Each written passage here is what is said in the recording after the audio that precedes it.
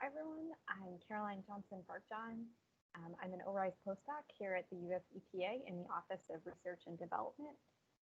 And today I'm going to talk to you about the performance of 5 air sensor models across 7 US sites. So air sensors are becoming more and more widely used across the country and across the world. And there's been a number of sensor evaluations to date.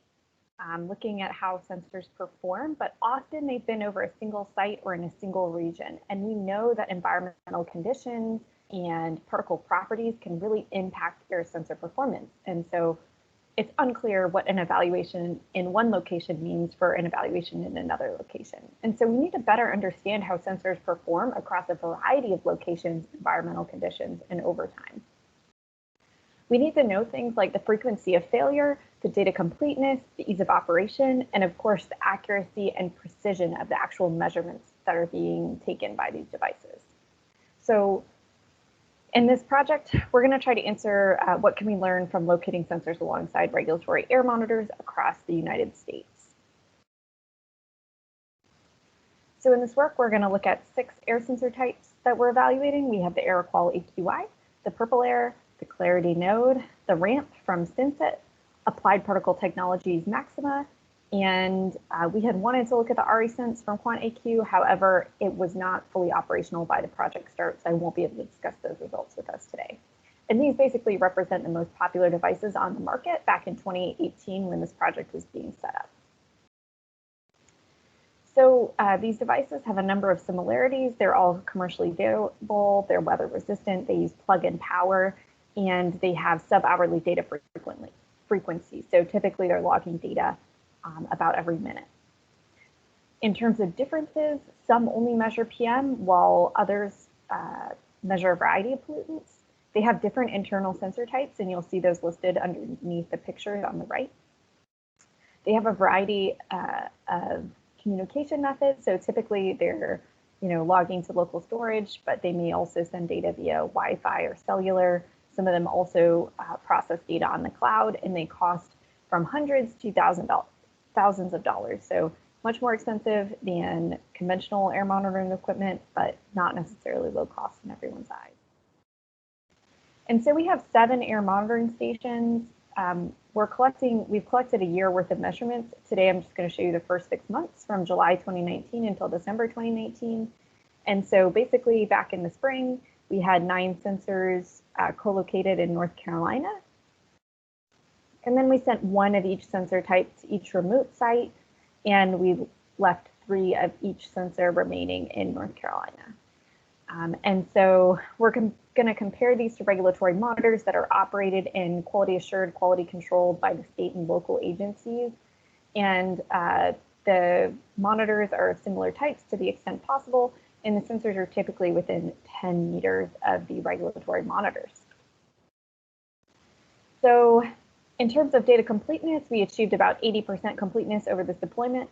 Some individual pollutant measurements had lower completeness.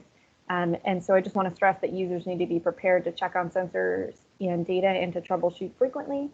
For this project, we visited the sites about weekly and also checked on the data that frequently. And so your site visit frequency is really going to impact the data completeness because you're going to more quickly catch these issues that could lead to longer data loss.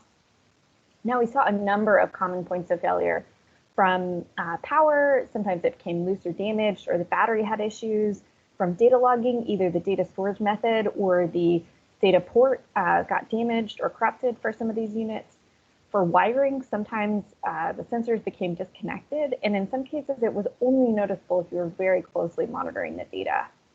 In some cases, we lost communication. Sometimes they were damaged during shipping. This happened for multiple of the units, and so we ended up having to send some units back to the manufacturer, either because of shipping damage or other damage that occurred over this year-long project. And in some cases, there were even design improvements that were needed. And so this does make the interpreting the performance results a little bit less straightforward. But moving on to data processing. So we averaged the data to 1 hour. We time synced it with local standard time to match the reference data. We excluded outlier data at points greater than 1,000 micrograms per meter cubed because this may indicate a temporary issue with the sensor electronics or with materials blocking the optics. We have some more detailed QA procedures that we've developed for the PurpleAir, and we may be able to develop this for other sensors moving forward. However, the PurpleAir is the only sensor we're evaluating with duplicate PM2.5 measurements. And so it makes it much more easy to just say, do the two measurements agree? Yes, it's probably okay. Do they not agree? No, this measurement is questionable. Other sensors, we're going to have to develop more in-depth kind of QA methods. You know, is this too low for a while? Is this too high for a while? Things like that to QA. So it's going to be a lot more challenging. I'm going to focus on the root mean squared error, which is a measure of the spread between the 1 hour sensor and federal equivalent method measurements, and it penalizes outliers. I'll also show you the linear regression with the sensor on the Y, the reference on the X, the Spearman correlation. This is similar to Pearson correlation or R squared, but for non-normally distributed data, so it's less influenced by outliers. And then also the count N, which is the number of matching 1 hour sensor and FEM measurements totaled over all deployed sensors. In terms of the PurpleAir quality assurance, there are two planetary PMS 503 sensors, channels A and B. You can see them in this picture in the top right, the two blue rectangles. If the 1 hour A and B averages were different by both 5 micrograms and also 70%, we threw them out. The PurpleAir provides PM data with two corrections. The CF-ATM, the lower correction data, is provided on the map. There's also CF1 data, and we're going to use the CF1 because it's more strongly correlated.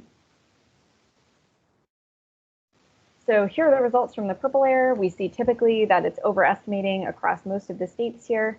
What you're seeing is the reference monitor, typically the T640, although it's home in Arizona, versus the PurpleAir on the y-axis. And so you're seeing root mean squared errors anywhere from 4.5 up in Arizona to 8.6 in Georgia. And as I mentioned, we have a larger project exploring the PurpleAir performance, and we've actually developed a nationwide correction for PurpleAir sensors. And so if you want to read more about that, check out our slide deck on EPA science inventory. Here's the clarity node results. Again, typically it's overestimating, except for in Arizona and in Oklahoma, where there's closer to a 1-to-1 relationship. Our root mean squared error ranges from 4.3 in Oklahoma up to 11 in Wisconsin. One thing I want to point out about North Carolina is that North Carolina has the only solar powered nodes. And what we found is actually that the cooler internal temperatures lead to more relative humidity influence. And so we noticed that when they were all co-located at North Carolina before the project began. So this is a really key point, just that, you know, if a manufacturer changes some of their internal design, it could really influence the measurements in ways that were not anticipated. The Maxima typically overestimates, although it has a pretty significant negative intercept, which may suggest some kind of limit of detection. Our root mean squared error ranges from 4.5 in North Carolina up to 10 in Arizona. Next, we have the ramp. This shows a very large underestimate, except for briefly in Wisconsin here, and a few other outlier points that you see in different locations. The root mean square error range from 7.4 in North Carolina to 14 in Arizona. And the AQI also typically underestimates, although not as dramatically as the ramp, except for in Delaware, where it's a pretty good estimate. The root mean squared error ranges from 3.7 in Delaware up to 6.7 in Oklahoma. And we did just exclude the Arizona AQI from analysis, from the initial analysis, but we'll dig more into that later. One thing I want to point out is the internal sensors on the PurpleAir and the ramp are the same. It's the planetary PMS 503, but these devices perform very differently in the field because of some onboard processing on the ramp. And so it's something that you really need to be aware of. Just because you're familiar with the internal sensor component doesn't mean that that sensor is going to perform just like all the other sensor devices you've tested with that internal component. And so in summary, we're seeing a wide range of root mean squared errors across the different monitor types and across the different locations. So I've listed them here from lowest to highest root mean squared error. The sensor and the reference monitors are typically strongly correlated. I'm just giving you an example time series here with the monitor in black and then the 5 different sensors in colors. And so there's no state where the sensors typically perform the best or the worst. Measurements from all these sensors are typically biased, with 3 sensor models typically overestimating and 2 sensor models typically underestimating.